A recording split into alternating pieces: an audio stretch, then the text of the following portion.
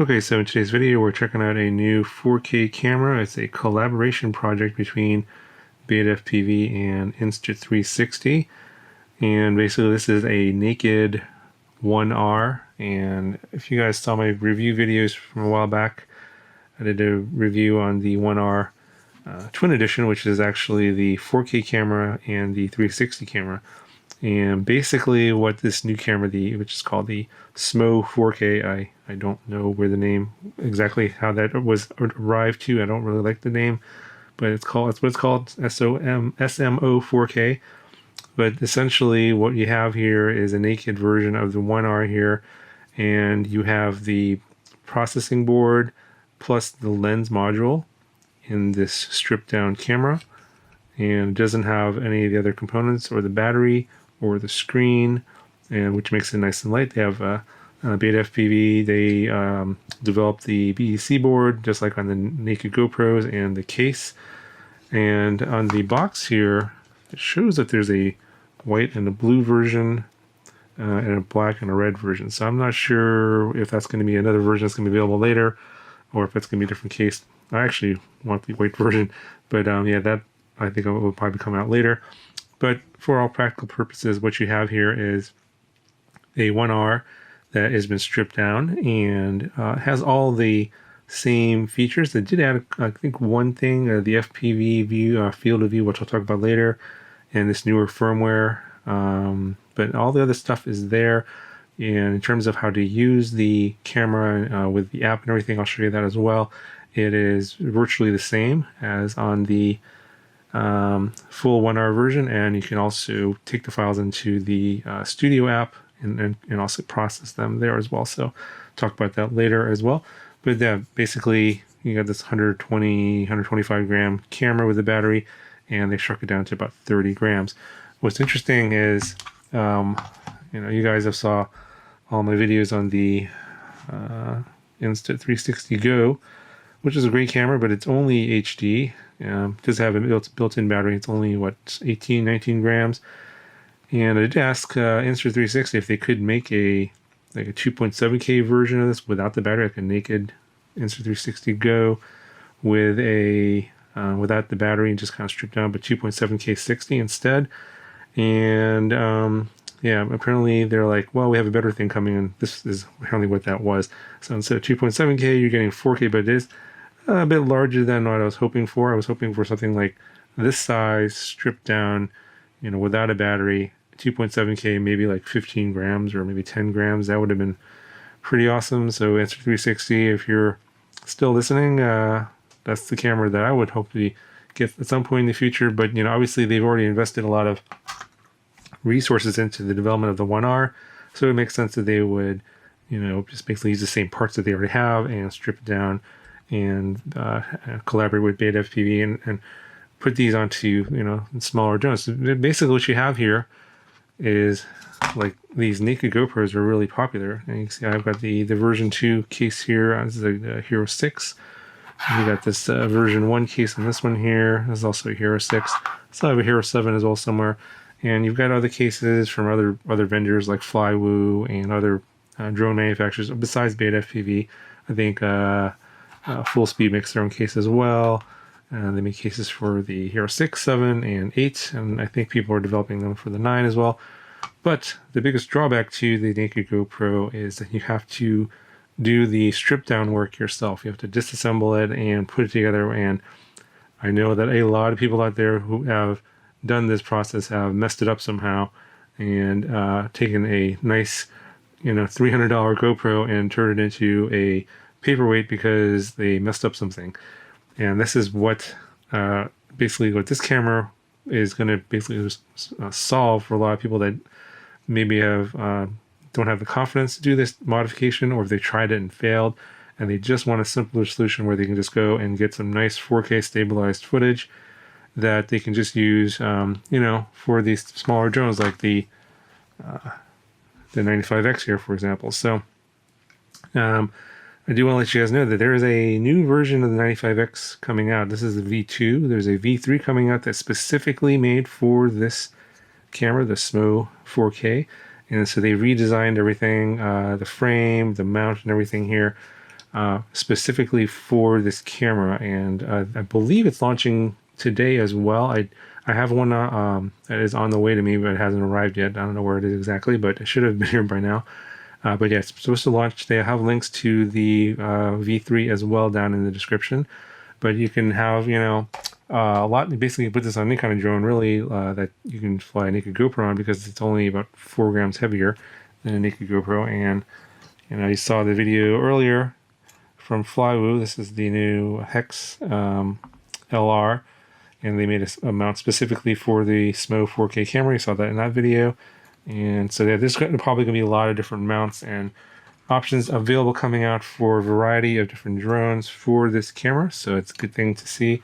This is basically another option out there for you guys that want to get pretty decent 4K stabilized footage. And the flow state stabilization, basically the technology that they were using on the 360 Go camera is on this camera as well. Obviously, it's from the 1R. It's actually it's based on the same technology. It's a little bit different in the implementation of how they do it in this camera. Don't believe the horizon lock mode that's on the 360 Go is available on this camera, if I'm not mistaken. But it is basically like the FPV stabilization mode, where you have stabilized footage, but the horizon isn't locked in the stabilization on this camera. So we'll see that footage a little bit later. I just want to give you guys a weight comparison here. This is the SMO 4K, and it's about 31 grams, and there's a SD card in here. It's I think about half a gram, a little more than half a gram. And then here's the, this is my V2 Hero 6 Black Naked at 25.7 grams, about 26 grams. So it's roughly about a 4 gram difference between the two cameras, and the dimensions are slightly different as well. Just give you guys a look here. I mean, you got the same lens module, kind of, bulkiness here in the back. It's still fairly thin and light, but the long way dimension is longer on this SMO 4K. You can see it's a little bit longer. The height is just a touch taller as well. You can see just a tiny bit. And then the thickness is also just a touch thicker as well. So, just basically the mounts that are made for the naked GoPro here in this case, obviously aren't going to work for these, so you're going to need new ones. But let me just go ahead and give you complete measurements. The height's 39.7. The width is 61.7. So the thickness here at this part's about 11 millimeters, and then on the lens part here, it's roughly 28.3 millimeters. So just a quick want to go over some of the other stuff you get in the box here. So you do get 2 different backs for this case. So you can see here, this little part right here doesn't exist here. So this case here is for, it's going to be for this style mount, where you're going to slide the camera in, and that's going to hold the camera in. But this, obviously these mounts have a little bit of weight.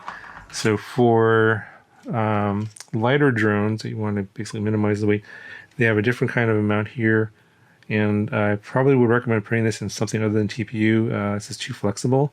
Probably something like PLA or nylon or ABS, something like that. And I think these parts are going to be available as well on the BETAFPV site.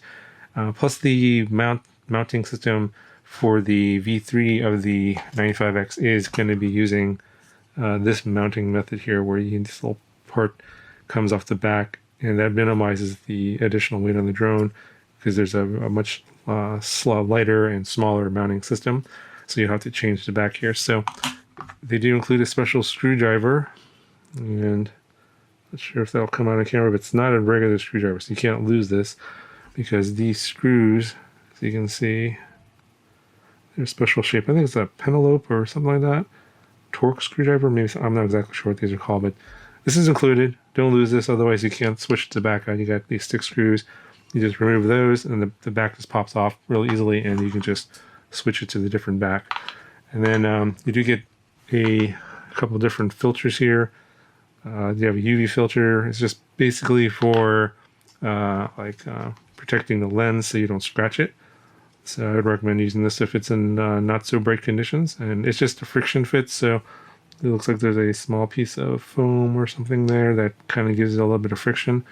So it's not super secure. It could possibly come off in a crash, but you can see there that looks like, and then just this goes on top, and then they include a ND16 as the default here.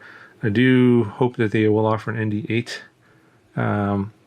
and as an option, or maybe as an additional ND filter included, because ND16 is a little bit too dark for this time of year. It's like at least in the northern hemisphere, it's winter.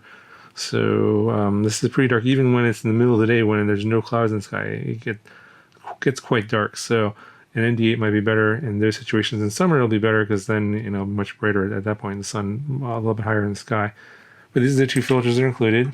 And then they do include a way to obviously power it. They include its cable. So it looks like this is a 4-pin cable. It's a 1mm JST type connector, SH connector. And it goes in the back here, like so.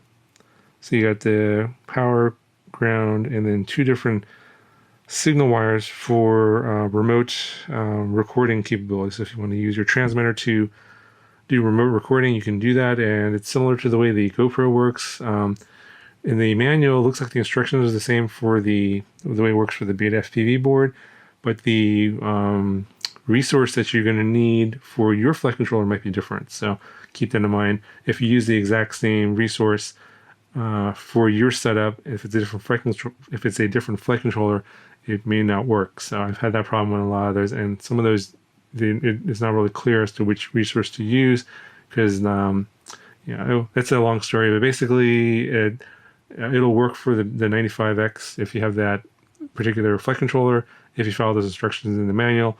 But on other flight controllers, you may have some research to do to get it to work.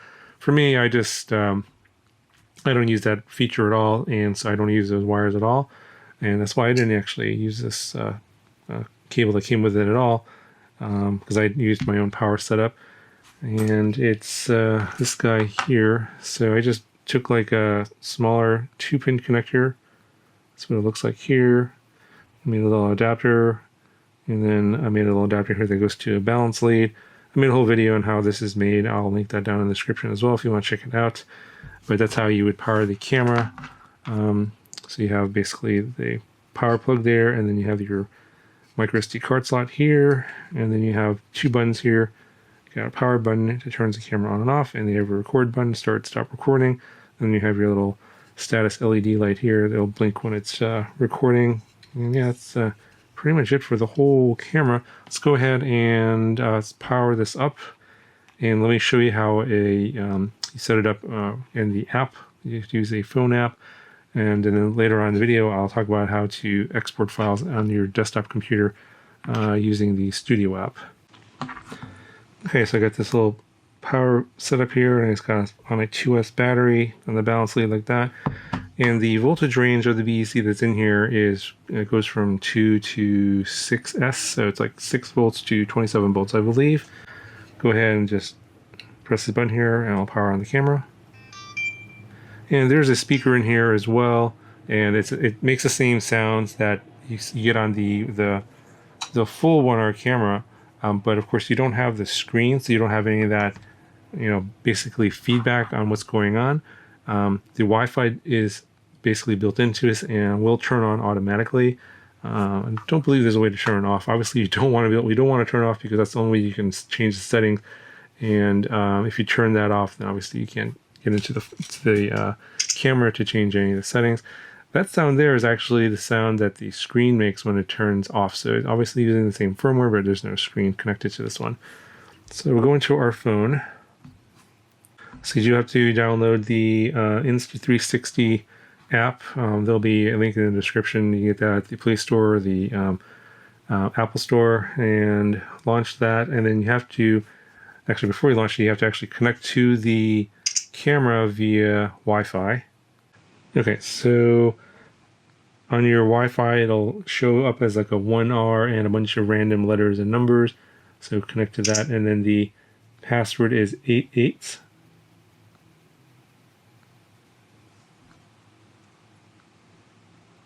And then you want to go back into the Insta360 app, and I already have some stuff recorded on the SD card, but we'll go into the camera here, and then you'll get a preview window.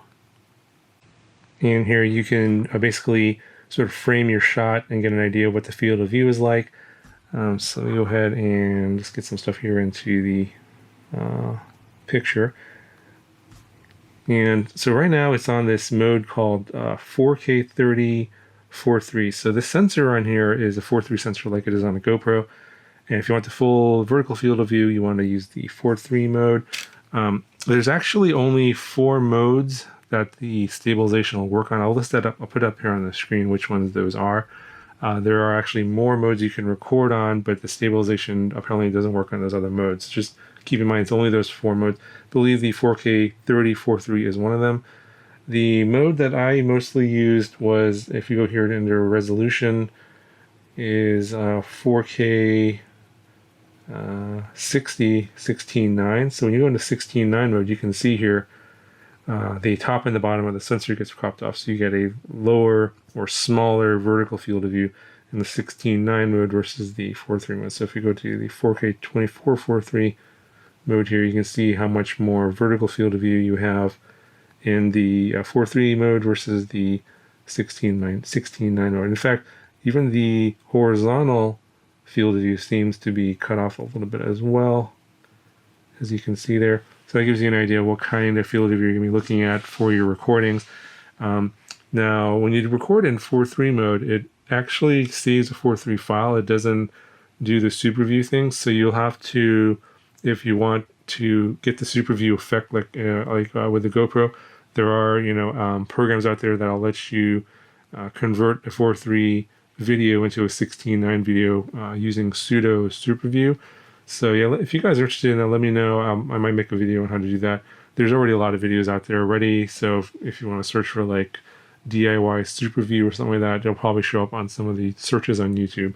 But you can do that. You can record the video off this camera in 4.3 mode and convert it to 16:9 super view, and it'll look kind of similar to what you get in a GoPro. But basically for the purposes of this video, I just recorded everything in 4K 60 16:9 mode because I didn't want to go through all those, jump through a lot of hoops.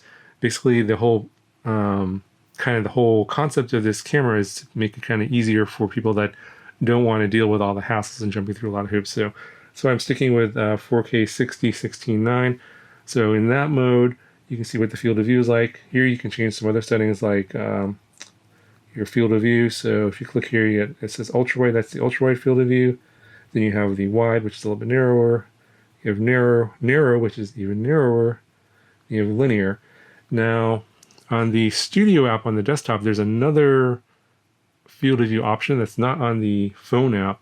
It's called FPV Field of View, which is kind of a pseudo super view kind of field of view. So it basically stretches out the left and right sides of the video and makes the center of the video a little bit more neutral, not as stretched out as much. So I'm not sure. I mean, I recorded some of all this stuff in actually the one flight. I'll point it out in the flights which ones I use. I use both of them. I use the ultra wide and the FPV field of view. You can kind of decide for yourself if by looking at which one you like better.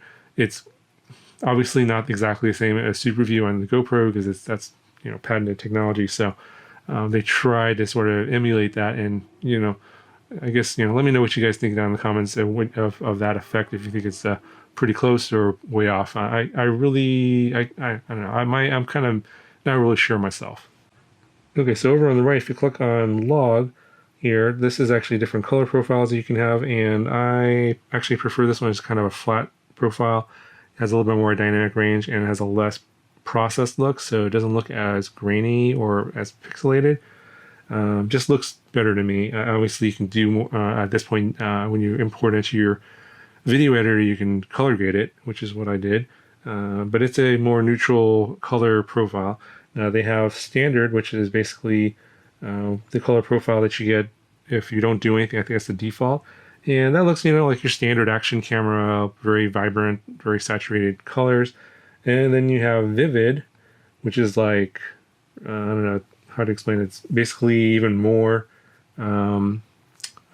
saturated, a little bit more, I guess the highlights are kind of a little bit more accentuated and vivid. I didn't really use it too much because I didn't like the way that looked. Actually, I didn't like the way either the standard or the vivid look. That's just my personal preference, and I just went with log. And then I just tweaked the color grading to the way I liked it. So on this camera, you can also go into photos and take photos, but obviously this is being on a drone and all that. You're not going to be pressing the shutter button and taking photos of this like you would like a regular action camera. So not really sure how useful this is, but it is there if you want it. Now, if you exit the camera section, you can actually look at your library and bring up videos that you've already recorded. And here I'm playing something I've already recorded here. This is actually in the standard color profile. You can see it's quite vibrant and saturated.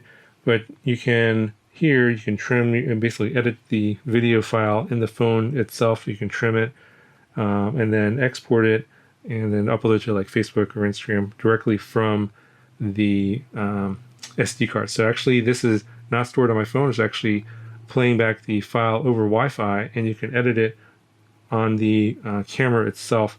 And you can also change your field of view here as well. So going from ultra to wide to linear, you can see how the field of view is changing, and then narrow, and then back to ultra. So again, on the phone app, the FPV field of view doesn't seem to be here, but I'm pretty sure it'll probably come out in a later app update in the future. But you can also do things like change your speed if you want to do hyperlapses, that kind of thing. Basically all the things you can do with the 1R in the Insta360 app, you can do with this camera as well, because basically it's the same camera. So you go in here and you can say change the speed to 4x, and then that will basically speed up your video. Okay, so basically on the desktop app, you can do similar things. You can edit and all that stuff. Now, I don't think like the filters and some of the special features of the phone app are included in the desktop app at this time, but you can do your basic edits. You can trim, speed up the video, that kind of thing.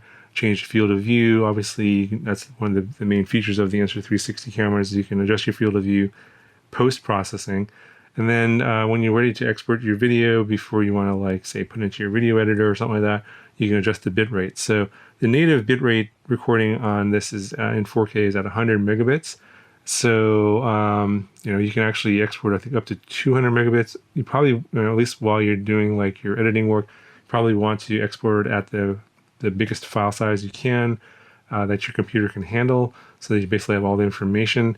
And then when you actually your final export to YouTube or whatever, you can adjust your bitrate down at that point. But what I would recommend is, if you're using the desktop app, export it at the highest bitrate that your computer can handle, and then edit those files. And then later on, when you're reducing the bitrate for use on YouTube or Facebook or Instagram, you can adjust the bitrate down at that point. Okay, so this has been a super long video, so I'm going to actually have separate video files in 4K for other recordings for various flights, and you can see the differences between the different field of views and the color profiles. Those will be linked down in the video description if you want to see additional footage. That's going to do it for this video. If you guys have any questions, let me know. I'll talk to you guys in the next one.